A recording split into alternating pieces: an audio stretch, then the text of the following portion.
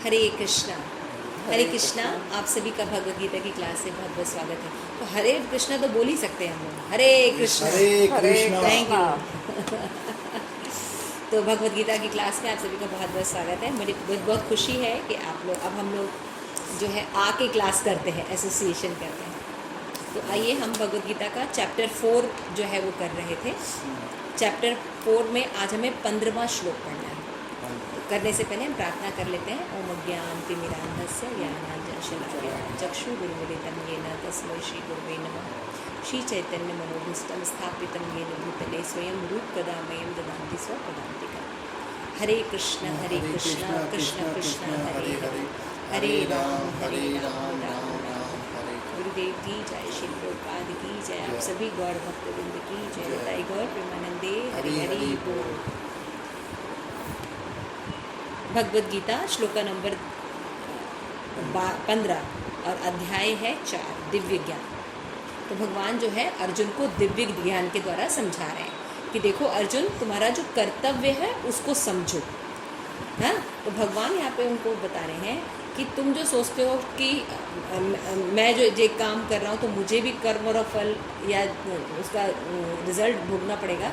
भगवान कहते हैं कि किसी भी कर्म का मेरे ऊपर प्रभाव नहीं पड़ता, ना मुझे कोई इसमें पाश में बांध सकता है, भौतिक पाश में। मैं सदैव, मेरा स्वरूप क्या है, सच्चिदानंद है ना। मैं कभी भी भौतिक होता ही नहीं। तो मटेरियल जगत में आके भी भगवान जो है सदैव आध्यात्मिक रहते हैं। जैसे कमल का पुष्प पानी में रहकर भी पानी से ऊपर रहता है ना, उसी तरह से। तो यहाँ पे बता भगवान कह रहे हैं कि ये जो एवं ज्ञात्वाम कृतं कर्म, एवं ज्ञातं कृतं कर्म, पूर्वैरपि मुमुक्षुभिः, पूर्वैरपि मुमुक्षुभिः, गुरु कर्मैव तस्मात् त्वं, गुरु कर्मैव तस्मात् त्वं, पूर्वे पूर्वोत्तरं कृतं। पूर्वे पूर्वतरं कृतं। प्राचीन काल में समस्त मुक्तात्माओं ने मेरी दिव्य प्रकृति को जान करके ही कर्म किया। अतः तुम्हें चाहिए कि उनके पद चिन्हों का अनुसरण करते हुए अपने कर्तव्य का पालन करें। जैसे मैंने बताया कि पिछले श्लोक में भगवान ने नॉलेज देते आ रहे हैं, दिव्य ज्ञान बता रहे हैं कि मैं ऐसा हूँ, मैं ऐसा नहीं हूँ, मैं ऐसा है, भगवान बताते आ रहे हैं। लास्ट में भगवान कहते हैं मैं कर्म बंधन में नहीं फंसता, कर्म कर लूँ। तो भगवान बता रहे हैं कि ये जो दिव्य ज्ञान अभी मैंने तुम्हें दिया, तो प्राचीन काल में जितने भी मुक्त आत्मा लोग थे, ज्ञानीज थे, है ना, जो संत लोग हैं होते हैं, वो बहुत अच्छे से मेरे इस नेचर को जानते हैं। तो उसके हिसाब से वो कर्म करते हैं। वो जानते हैं कि मैं कौन हूँ, क्या हूँ, मेरा क्या स्वभाव है। अतः तुम्हें चाहिए कि उनके पद चिन्हों का स्मरण करें। ऐसा क्या करना चाहिए हमें? जो भगवान के शुद्ध भक्त हैं वो जो हमें इंस्ट्रक्शन देते हैं, जो बातें बताते हैं, उन पर ही हमें आगे चलना चाहिए। हमें कहते हैं ना, प्रामाणिक आचार्यों के हिसाब से चलना। पढ़िए माता जी। तात्पर्य, मनुष्यों की 2 श्रेणियाँ हैं। कुछ के मनों में दूषित विचार भरे रहते हैं और कुछ भौतिक दृष्टि से स्वतंत्र होते हैं। कृष्ण भावनामृत इन दोनों श्रेणियों के व्यक्तियों के लिए समान रूप से लाभप्रद है।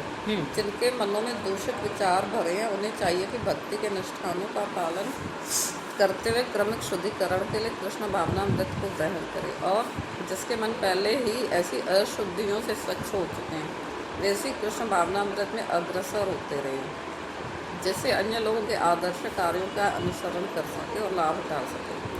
मूर्ख व्यक्ति या कृष्ण भावनामृत नव दीक्षित प्राय कृष्ण भावनामृत का पूरा ज्ञान प्राप्त किए बिना कार्य से विरत होना चाहता है, किंतु भगवान ने युद्ध क्षेत्र के कार्य से विमुख होने की अर्जुन की इच्छा का समर्थन नहीं किया।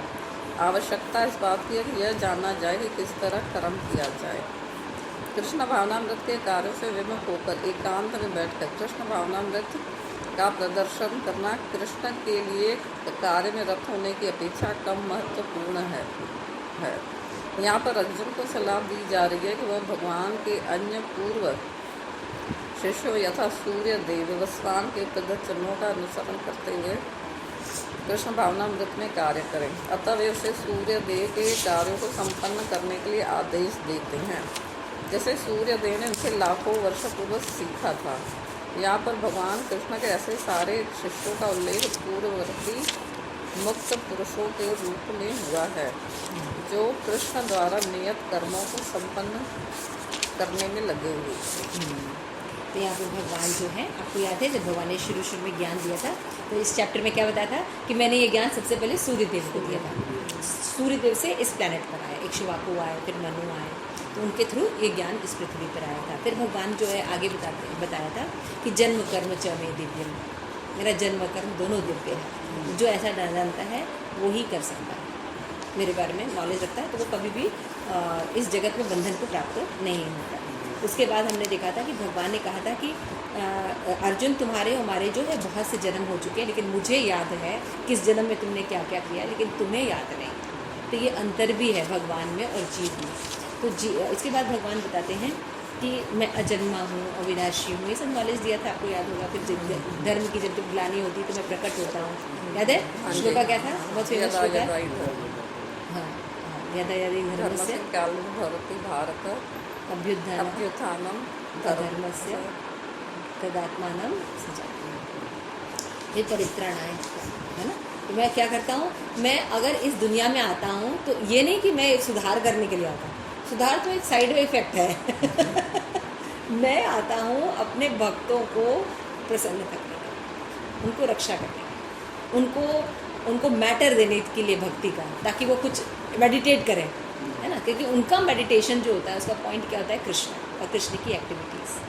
जो भक्तों के जो मेडिटेशन पॉइंट होते हैं, भगवान ने ऐसे किया, भगवान ने ऐसे किया, तो उसके बारे में ऐसे बताएंगे, फिर वैसे बताएंगे, है ना। अलग अलग रसों में बताएंगे, छंदों में बनाएंगे।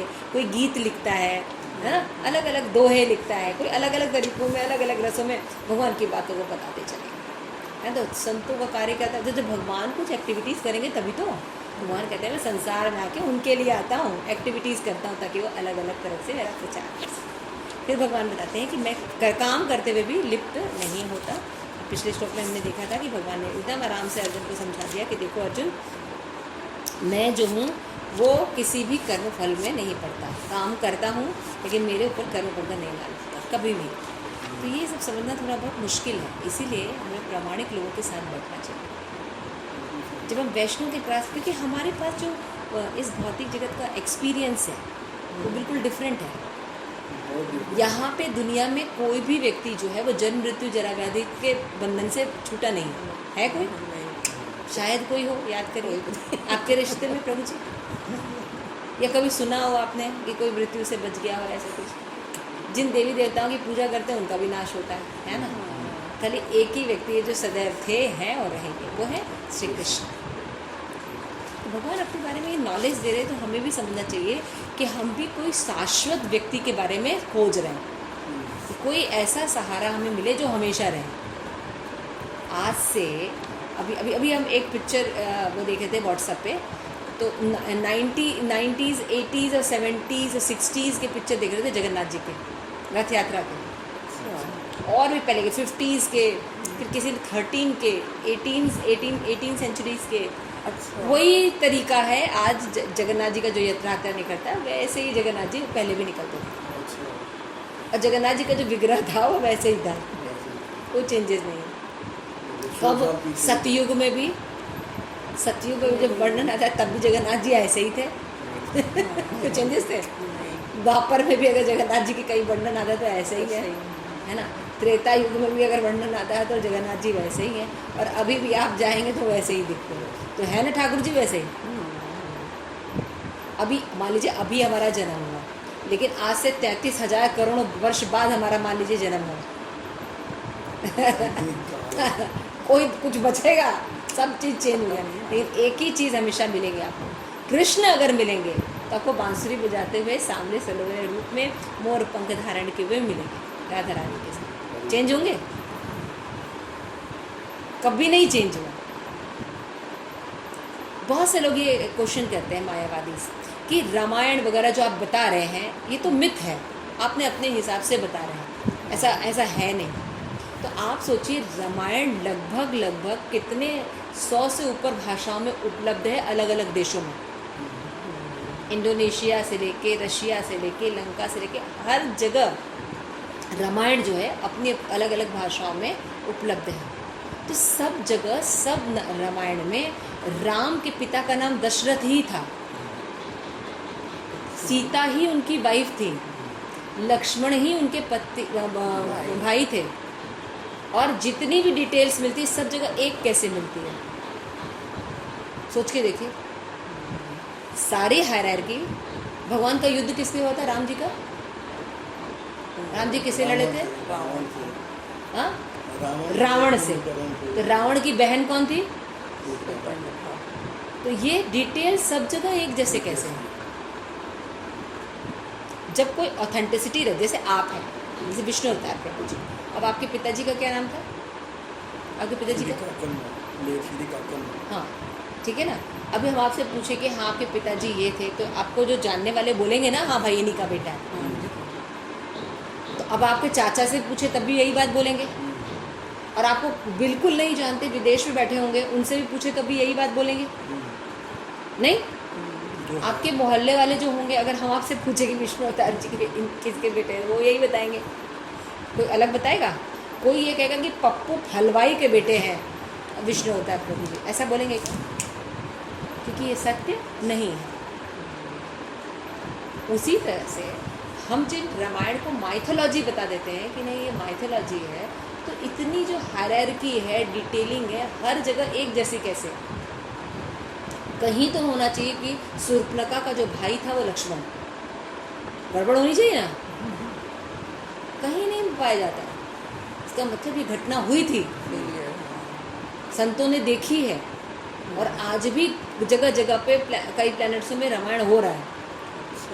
ऑथेंटिसिटी है ना, अलग अलग प्लैनेट में अलग अलग काल चल रहे हैं। आपको क्या पता कहीं द्वापर चल रहा है? भगवान के, हमने पढ़ा ना, महाविष्णु के रोम छिद्रों से प्लैनेट्स निकलते रहते हैं। तो कितने प्लैनेट हैं इस दुनिया में? कहाँ कौन सा युग चल रहा है? कहीं सतयुग चल रहा है, कहीं त्रेता चल रहा होगा, कहीं मिक्स चल रहा होगा, कहीं महाभारत युद्ध हो रहा होगा, कहीं प्रभुपाद पैदा हुए होंगे, कहीं चैतन्य महाप्रभु पैदा हुए होंगे।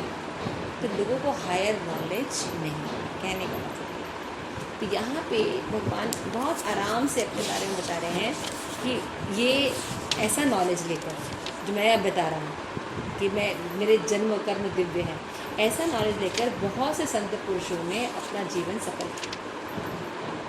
ठीक है, पढ़िए। और इसके बारे में 15 में और भी भगवान बता रहे, इसको बताते हैं कि मनुष्य की 2 श्रेणियाँ हैं, तो डिस्कस कर लेते हैं। कुछ के मन दूषित होते हैं, मतलब कुछ लोग एक्सेप्ट करते हैं अथॉरिटीज, कुछ लोग एक्सेप्ट नहीं करते हैं। तो एक लोग असुर होते हैं, एक लोग दैवी स्वभाव के होते हैं, है ना। तो बताइए, जिनके मनों में दूषित विचार होते हैं वो भक्ति के अनुसार का पालन करते हुए क्रमिक शुद्धिकरण के लिए कृष्ण भावनामृत को ग्रहण करें। प्रभुपाद यहाँ पे उनको सजेशन दे रहे हैं कि मान लीजिए हमारा मन दूषित है, तो क्या करना चाहिए? हमें कृष्ण कॉन्शियसनेस प्रोसेस को एक्सेप्ट करना चाहिए, ताकि क्या हो? Thank you so much. तो मन जो है जब अशुद्धियों से भरा होता है तो सही देख नहीं सकता। जब मन स्वच्छ हो जाता है तो हम सही परसेप्शन कर सकते हैं। इसीलिए यहाँ पे देखा है कि मूर्ख व्यक्ति या कृष्ण भावना में नर दीक्षित प्रायः कृष्ण भावना का पूरा ज्ञान प्राप्त किए बिना ही विरक्त होना चाहते हैं। हाँ भाई, हम सीख गए तो हमको बहुत दुख है, भगवान ही सब कुछ हैं, तो क्या करेंगे? हम वृंदावन में डोलेंगे और राधे राधे बोलेंगे, सब कुछ छोड़ देते हैं। कि अच्छा, छोड़ना अच्छा है ना, क्योंकि दुख है। आप किसी का पालन पोषण करेंगे, पैसा कमाएंगे, मेंटेन करेंगे फैमिली को, तो सुख है कि दुख? काफ़ी काम करना पड़ता है, तो हम उसको छोड़ देते हैं। अरे मंदिर में बैठ के दोनों टाइम प्रसाद मिल ही रहा है तो ज़्यादा इजी लगता है ना निकम्मों को। तो प्रभुपाद कह रहे हैं कि वो ठीक है, लेकिन बहुत ज़्यादा अप्रिशिएटेड नहीं है। लेकिन अपने धर्म का पालन करके, समाज में व्यवस्था मेंटेन करके प्रचार करने वाले जो भक्त हैं उनको ज़्यादा भगवान पसंद करते हैं। देखिए, ठीक है ना। कृष्ण भावना के कार्य से विमुख होकर एकांत में बैठकर कृष्ण भावना का प्रदर्शन करना कृष्ण के लिए कार्य में रत होने की अपेक्षा कम महत्वपूर्ण है। वो तेरे ये ज़्यादा इम्पोर्टेंट नहीं है। वृंदावन में तो सभी रह के भजन करते हैं। श्रील प्रभुपाद वृंदावन के बाहर गए, तब आज हमें भगवद गीता मिली है और हम कितने करोड़ों लोग कर रहे हैं। नहीं तो कोई नॉलेज ही नहीं है सनातन धर्म का। तो अर्जुन को भी इसलिए सलाह दी जा रही है कि भगवान के जो भगवान ने कहा कि भाई ये जो नॉलेज मैं तुम्हें दे रहा हूँ, ये मैंने सूर्यदेव को पहले सूर्यदेव के लाखों वर्ष पूर्व सीखा था, और कृष्ण ने ऐसे सारे शिष्यों का उल्लेख भी किया है कि ये ज्ञान जो है ये पूरी तरह सक्सेसफुल है, क्योंकि इसको प्राप्त किया है लोगों ने और सिद्धि प्राप्त। तो भगवान यहाँ पे कह रहे हैं कि ऐसा है कि तुम्हारे ऊपर मैं प्रयोग नहीं कर रहा हूँ कोई नॉलेज बता के तुम्हें ये, बल्कि पहले भी मैंने बहुत से लोगों को बताया और वो तर गए। कोई भी कार्य करने के लिए हमें एग्जाम्पल्स देखते हैं। जैसे आपको मान लीजिए यमुना माता जी हैं, जब बच्चे छोटे थे आपको किसी स्कूल में डालना था, पहले आप देखते थे ना कि स्कूल का क्या मतलब एक्टिविटी, क्या रिजल्ट है, कितने लोग इसमें से डॉक्टर इंजीनियर निकले हैं, कंप्यूटर साइंटिस्ट निकले हैं। तो क्या हाँ ठीक है ये स्कूल ठीक है, यहाँ पे पैसे डालो, क्यों विष्णु जी ऐसे ही किया हो ना। तो उसी तरह भगवान जो है रिजल्ट भी बता रहा है कि मैंने जो दिव्य ज्ञान दिया फॉलो किया लोगों ने, और सारे साधुओं ने, सारे बड़े बड़े साधुओं ने, व्यास ने, नारद ने, और उनका जीवन क्या हुआ है सफल। ठीक है आगे पढ़िए, पढ़ रहे हैं 16वां श्लोक। किम कर्मेति किम कर्मेति कव्यय अपि अत्र मोहिता कव्यय अपि अत्र मोहिता तत्कर्म प्रवीक्षामि तत्ते कर्म प्रवेशामि यज्ञात्वा मोक्षसे अशुभात्। यज्ञात्वा मोक्षसे अशुभात्। कर्म क्या है, अकर्म क्या है, इसे निश्चित करने में बुद्धिमान से बुद्धिमान व्यक्ति भी मोहग्रस्त हो जाता है। इते मैं तुमको बताऊंगा कि कर्म क्या है, जिसे जानकर तुम अशुभ से मुक्त हो जाओ। तो जो कर्म होता है इसको 3 भाग में बांटा जाता है, कर्म, अकर्म और विकर्म। तो कर्म का मतलब होता है शास्त्र के हिसाब से काम करना, तो अच्छा या बुरा रिजल्ट आता है। विकर्म होता है शास्त्र के विरुद्ध कार्य करना, तो उसका बुरा रिजल्ट आता है ना। लेकिन एक होता है अकर्म करना, भगवान की प्रसन्नता के लिए सारे काम करना। अकर्म को मतलब कर्म नहीं करना नहीं है। अकर्म चलिए लग सोचते अगर मुझे कोई काम नहीं करना, नहीं ऐसा हो ही नहीं सकता। हम कभी बिना कर्म के नहीं ले रहे थे। तो मुझसे एक लोग क्लास दे रहे थे, तो लोगों ने एक माता जी थी, उन्होंने प्रश्न किया कि मान लीजिए कोई व्यक्ति कॉमा में है, तब तो कोई काम नहीं कर रहा है। कोई व्यक्ति कॉमा में है तो काम नहीं कर रहा, और आप करें बिना एक क्षण भी आप कर्म के बिना रह नहीं सकते, तब आप कैसे कह रहे हैं कर्म कर रहा है। पेट में गर्भ में बच्चा है तब भी ज़्यादा कोई खास कर्म नहीं कर रहा है, तब भी एक दर्शन, लेकिन कॉमा में तो कुछ कर ही नहीं रहा है, तो आप कैसे कर सकते हैं बताइए कर्म कर रहे हैं। खा पी तो मतलब उसके शरीर में खाना पीना तो जा रहा है, सांस तो चल रही है उसकी। पाइपलाइन से आप दे रहे हैं ना खाना, सांस चल रही है ना। Very nice. तो कर्म के बिना कोई रह नहीं सकता, चल रहा है एक्शन और रिएक्शन। चलिए विष्णुता जी थोड़ा लाउडली पढ़िएगा। कृष्ण भावनामृत में जो कर्म किया जाए वह पूर्ववर्ती प्रामाणिक भक्तों के आदर्श के अनुसार होना चाहिए। इसका निर्देश 15वें श्लोक में किया गया है। ऐसा कर्म स्वतंत्र क्यों नहीं होना चाहिए, इसकी व्याख्या अगले श्लोक में की गई है। कृष्ण भावनामृत में कर्म करने के लिए मनुष्य को उन प्रामाणिक पुरुषों के नेतृत्व का अनुगमन करना होता है जो गुरु परंपरा में हो, जैसा कि इस अध्याय के प्रारंभ में कहा जा चुका है। कृष्ण भावनामृत प्रगति का उपदेश सर्वप्रथम सूर्य देव को दिया गया, जिन्होंने इसे अपने पुत्र मनु से कहा। मनु ने इसे अपने पुत्र इक्ष्वाकु से कहा, और यह पद्धति तब से इस पृथ्वी पर चली आ रही है। अतः परंपरा के पूर्ववर्ती अधिकारियों के पद चिन्हों का अनुसरण करना आवश्यक है, अन्यथा बुद्धिमान से बुद्धिमान मनुष्य भी कृष्ण भावनामृत के आदर्श कर्म के विषय में मोहग्रस्त हो जाते हैं। इसीलिए भगवान ने स्वयं ही अर्जुन को कृष्ण भावनामृत का उपदेश देने का निश्चय किया। अर्जुन को साक्षात भगवान ने शिक्षा दी। अतः जो भी अर्जुन के पद चिन्हों पर चलेगा वह कभी मोहग्रस्त नहीं होगा। कहा जाता है कि अपूर्ण प्रायोगिक ज्ञान के द्वारा धर्म पथ का निर्णय नहीं किया जा सकता। वस्तुतः धर्म का को केवल भगवान ही निश्चित कर सकते हैं।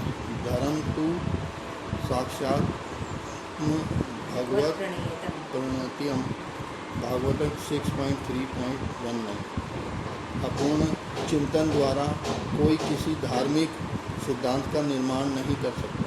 मनुष्य को चाहिए कि ब्रह्मा, शिव, नारद, मुनि, मनु, चारों कुमार, कपिल, प्रहलाद भीष्म, सुखदेव गोस्वामी, यमराज, जनक तथा बलि महाराज जैसे महान अधिकारियों के पद चिन्हों का अनुसरण करें। केवल मानसिक चिंतन द्वारा यह निर्धारित करना कठिन है कि धर्म या आत्म साक्षात्कार क्या है। अतः भगवान अपने भक्तों पर अहेतुकी कृपावश स्वयं ही अर्जुन को बता रहे हैं कि कर्म क्या है और अकर्म क्या है। केवल कृष्ण भावनामृत में किया गया कर्म ही मनुष्य को भाव बंधन से उबार सकता है। तो यहाँ पे देखिए तात्पर्य में कितना सुंदर भगवान एक्सप्लेन कर रहे हैं। क्या बता रहे हैं कि जो कर्म है, अकर्म है, विकर्म है, उसको पहचानना, इसके क्या रिजल्ट मिलेंगे, बड़ा मुश्किल काम है। इनकी बारीकियाँ जो कभी कभी लगता है कर्म अकर्म लगता है, कभी अकर्म भी विकर्म रहता है ना। हमको लगता है हम भक्ति कर रहे हैं लेकिन है पाप। तो भगवान कह रहे हैं कि देखो ये जो तीनों चीज़ें हैं, कर्म की जो गतियाँ हैं ना, इसको समझना बड़ा मुश्किल है और भक्तों को तो समझना और मुश्किल होता है। भक्तों की क्रिया मुद्रा बुझे न बुझाए वो भक्त जो है ऐसे ऐसे काम करते हैं कि लगता है कि अरे ये तो भक्ति नहीं है। और समाज में जो लोग रहते हैं वो इतने बढ़िया से काम करते हैं, बहुत ही मैनर के साथ काम करते हैं, तो लगता है वो बहुत अच्छे, जबकि वो धोखा देने के लिए काम करते हैं, है ना। तो एक्शन को समझना या कर्म के रिएक्शंस को समझना इतना आसान नहीं है। इसलिए भगवान कह रहे हैं कि कृष्ण भावनामृत में जो कर्म किया जाए तो पूर्ववर्ती प्रमाणिक आदर के अनुसार ही होना चाहिए। तो कौन तय करेगा कि सही क्या है गलत क्या है? क्योंकि भाई एक संप्रदाय में हो सकता है कि एक देश में हो सकता है कोई चीज़ बहुत अच्छा हो लेकिन वो सही ना हो, दूसरे देश में हो सकता है कोई नियम हो, है ना। जैसे कि अभी एक नियम बहुत आराम से लीगल कर दिया गया है कि होमोसेक्सुअल इज लीगल, भारत में भी। अच्छा, इंडिया में भी तो हाँ, होमोसेक्सुअल इज लीगल। तो आप सोच के देखिए, तो ये तय करने का अधिकार क्या है? ये किसको है? ये शास्त्रों को है, हमारे प्रामाणिक आचार्यों को है, जो परंपरा से आचार्य आ रहे हैं वो बता सकते हैं कि कौन सा धर्म है कौन सा अधर्म है। तो अपने आप हम डिसीजंस नहीं ले सकते। इसलिए भगवान कह रहे हैं कि इसलिए उनके नेतृत्व में सदैव रहना चाहिए। क्योंकि हो सकता है कि कुछ नियम हो जो इस काल के लिए नहीं ठीक है। जैसे कि चैतन्य महाप्रभु ने आए ना, उन्होंने कहा क्या कि भाई लोग इतने ज़्यादा मंद बुद्धि के और अपवित्र हैं कि ये यज्ञ भी नहीं कर सकते, उसके लिए भी शुद्धि चाहिए, है ना। ये इतने लंबे तक ध्यान ही नहीं लगा सकते, मर जाएंगे अभी, कुछ पता ही नहीं कब मर जाएंगे, 20 साल भी जीने वाले हैं कि नहीं। फिर अच्छा, उसके बाद आ गया अर्चा विग्रह की सेवा। ये वो तो इतना डिफ़िकल्ट है, उसमें इतनी शुद्धि रखनी पड़ती है, वो कोई पार्टिसिपेट तो कर नहीं पाएगा, ना कर पाएगा। तो भगवान ने अपनी सारी शक्ति नाम में डाल दी। देखिए, नाम आप कभी भी कहीं भी ले सकते हैं। हरे कृष्णा कृष्ण कृष्ण हरे हरे, हरे राम राम राम हरे हरे। अभी आप शौच में जाइए, बाथरूम में, है ना, तो आप अर्चा विग्रह लेके जा सकते हैं नहीं, लेकिन नाम बोल सकते हैं ना। आप कहीं सो रहे हैं, आप बहुत सी चीज़ें जो नहीं कर सकते, है ना, लेकिन नाम आप किसी भी दशा में नाम ले सकते हैं। माँ के गर्भ में है तब भी जीव नाम ले सकता है, पानी के हजारों फीट नीचे हो तब भी नाम ले सकता है, आकाश में एकदम ऊपर चला जाए तब भी नाम ले सकता है। तो बाकी जो साधन होते हैं उनके कुछ नियम होते हैं, कुछ भी, लेकिन नाम का कोई नियम नहीं, आप कभी भी ले सकते हैं। देखिए, जैसे भगवान स्वतंत्र हैं वैसे हरिनाम स्वतंत्र है। तो इसलिए भगवान जानते थे कि कलयुग के लिए कुछ नहीं कर सकते, इसलिए हरि नाम लेते थे। तो आचार्य बताते हैं ना क्या चीज़ करनी चाहिए क्या चीज़ नहीं करनी चाहिए। अगर हम अपने मन से डिसाइड करते हैं, परंपरा से नहीं, तो वो बड़ा होता है। भगवान कहते हैं नॉलेज सबसे पहले मैंने इसलिए क्या किया, सूर्य देव को दिया, फिर नॉलेज हमारे पास आया। अर्जुन, मैं तुम्हें भी इसीलिए समझा रहा हूँ कि तुमको लगता है कि अपने बंधु बांधवों को तुम नहीं मारोगे तो ये सबसे बड़ा धर्म है, मैं जाके भिक्षा मांग लूँगा। लोग तुमको इतनी गालियाँ देंगे, अनार्य कहेंगे तुमको। इतना बड़ा अर्जुन और युद्ध से भाग गया, और दुर्योधन क्या करेगा? सोच लीजिए, अगर अर्जुन चला गया होता, युद्ध नहीं किया होता, वो दुर्योधन अधर्म फैलाता, तो दुर्योधन क्या कर रहा होता इस समय? अरे यहाँ अधर्म कर रहा होता और कह रहा था कि इन लोग की हैसियत ही नहीं है इनकी लड़ने की। जो वो दुर्दशा करता है वो तो करता ही, लेकिन साथ में क्या कहता है। तो अर्जुन के कि जितने मजाक बनाता है। लॉजिक्स थे, अर्जुन के जितने लॉजिक्स थे कि हम युद्ध ना करें, हम युद्ध ना करें, अर्जुन के जितने लॉजिक्स थे कि हम युद्ध ना करें, ये ज़्यादा अच्छा है ना, तो ये अच्छा था। इसी तरह हम भी जो थे बहुत अन्याय देखते रहते, चलो मेरे साथ नहीं हो रहा है, हम चुप रहते है ना। जैसे हम लोग ग्रुप में रहते हैं, माता जी का नाम नहीं आया तो क्या हो गया, हम किसी और का फॉर्म भर लेते हैं, कोई आवाज़ नहीं उठाता। ये नहीं, हमें देखना चाहिए कि क्यों हो रहा है। जब वो सब शिक्षा दे रहे हैं, कर रहे हैं, तो ऐसा इल बिहेवियर हो रहा है तो बात करनी चाहिए अथॉरिटी से। लोगों ने बात की, मैसेज लिखा, महाराज को दिया, क्या हुआ, फिर मेरा नाम रिकमेंड हुआ काउंसलर। लेकिन अगर आप आवाज़ ही नहीं उठाएंगे तो क्या करेंगे, अरे बहुत करप्शन है दुनिया में, बहुत कुछ हो रहा है। वो बात अलग है, दुनिया में हो रहा है, लेकिन आप प्रयास नहीं कर रहे हैं अपने आप को बचाने के लिए। बारिश हो रही है, छाता ले लो, बोलो उष्णता चल रही, छाता लोगे तो क्या होगा, हम भीगेंगे नहीं। ठीक है ना, गलत बात तो नहीं है। तो वही भगवान यहाँ पे समझा कि कर्म क्या है, अकर्म क्या है, हम अपने आप नहीं समझ सकते। इसीलिए हमें प्रामाणिक आचार्य ढूंढने चाहिए और उनके प्रति शरणागत होना चाहिए और पूरे मनोवेग से होना चाहिए, मनोयोग से होना चाहिए। और जो व्यक्ति नहीं करते, जैसे अर्जुन को साक्षात भगवान शिक्षा दे रहे हैं, तब भी वो मोहग्रस्त हो रहे हैं, है ना। तो ये गीता जो है वो हमारे लिए है। अर्जुन तो भगवान का सखा था, उसको थोड़ी कोई प्रॉब्लम थी, वो तो एक थोड़ा सा लीला करके भगवान, क्योंकि अर्जुन जैसा ग्रहण करने वाला कोई था ही नहीं। शिष्य भी तो ऐसा होना चाहिए कि कोई बताया जाए तो सुने। अब कोई नॉलेज दे रहा है, सो रहा है, तो क्या बताएगा, अच्छा भैया 2 श्लोक हो गए, चलो अपने अपने घर चलो। हम लोग 2 श्लोक नहीं पढ़ पाते, और अर्जुन ने सोची कितने मनोभाव से श्लोक पढ़े और लास्ट में कहा कि मैंने आपका पूरा चीज़ समझ लिया, आप जो कहना चाहते हैं कृष्ण, अब आप जो कहेंगे मैं आपके अनुसार कार्य करूँगा। तो ये होती है अंडरस्टैंडिंग। भगवद गीता का सार ये है। भगवद गीता पढ़ने के बाद ये आना चाहिए मन में कि ठाकुर जी आपने जो मुझे इंस्ट्रक्शंस दिए हैं इसके अनुसार मैं अपना जीवन जीऊँगा। अभी तक मैं अपने इच्छा के अनुसार जी रहा था, अपने मन के हिसाब से, अपने परिवार के हिसाब से, समाज के हिसाब से जी रहा था, लेकिन अब मैं भगवद गीता के हिसाब से अपना जीवन जीऊँगा। जैसे आज आप लोगों की साधना शीट हम लोगों ने चेक की, तो कुछ नियम बताए आप लोगों को, अभी आपको ये उठना है, ये करना है, एक दिन आपको आके हम लोग के साथ बैठ के चैंटिंग करनी है ना। तो ये नियम ज़रूरी है। हमको अगर मनुष्य जीवन सार्थक करना है, कृष्ण प्रेम पाना है, तो नियम बनाना पड़ेगा। तो ये आचार्यों के नियम बनाए गए हैं, है ना। क्यों? क्योंकि आपको ये बहुत ज़्यादा हेल्प करेगी। अगर हम अपनी साधना अच्छी नहीं करेंगे तो माया तो जब झटका देगी तो एकदम हम टूट जाएंगे। इसीलिए भगवान यहाँ पे कह रहे हैं कि अर्जुन ने जैसे कहा कि भाई खाली मैं ही ऐसा नहीं सोच रहा हूँ कि कृष्ण क्योंकि तुम मेरे सखा हो इसलिए मैं तुम्हारा पालन कर रहा हूँ। उन्होंने 12 महाजन के नाम गिनाए। क्या कौन कौन है पढ़िए तो नाम, ब्रह्मा, शिव, नारद, मनु, 4 कुमार, कितने फेमस लोग हैं ये लोग, कपिल, प्रहलाद, भीष्म, सुखदेव, यमराज, जनक, बलि महाराज, है ना। देखिए ये 12 महाजन के नाम हैं। तो इन सब ने ये बात एक्सेप्ट की है कि Krishna is the supreme personality of God head, और उनका दिया हुआ संदेश पालन करके ही जीव मुक्त हो सकता है माया से, नहीं तो नहीं हो सकता। तो अर्जुन यही बात कहता है भगवद गीता में ना कि देवल, असिद, नारद, खाली मैं ही नहीं कह रहा हूँ, ये सब लोग आपकी बात मानते हैं।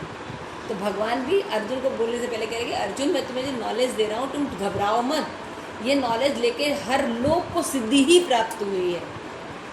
तुम्हें अभी कंफ्यूजन लग रहा है, उल्टा लग रहा है, ऐसे कभी कभी परिस्थितियाँ हमारे जीवन में भी आती हैं। भगवान का नॉलेज जो है वो एकदम अपोजिट लगता है, ये कैसे करें, है ना। लेकिन आप कहीं अगर थोड़ा सा नियम भी पालन करेंगे तो महान भय से रक्षा होगी। यह भी भगवान तो मानसिक चिंतन के द्वारा कुछ निर्धारित करना से धर्म साक्षात्कार नहीं हो जाएगा। हम मान लीजिए ये सेमिनार अटेंड कर लें, वो सेमिनार अटेंड कर लें, आजकल बहुत से टीवी पर और उस पर हो रहा है, इसको अटेंड करने से कुछ नहीं होगा, है ना। कोई टाइम मैनेजमेंट नहीं होगा टाइम मैनेजमेंट के कोर्स, मनी मैनेजमेंट के कोर्स, तो और चीज़ों को करने से कुछ भी होगा नहीं।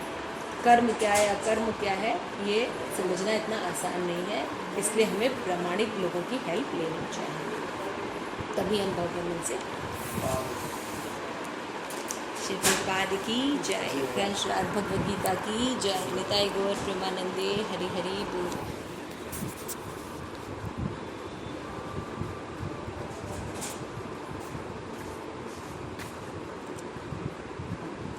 नीचे उसको लिख दीजिए।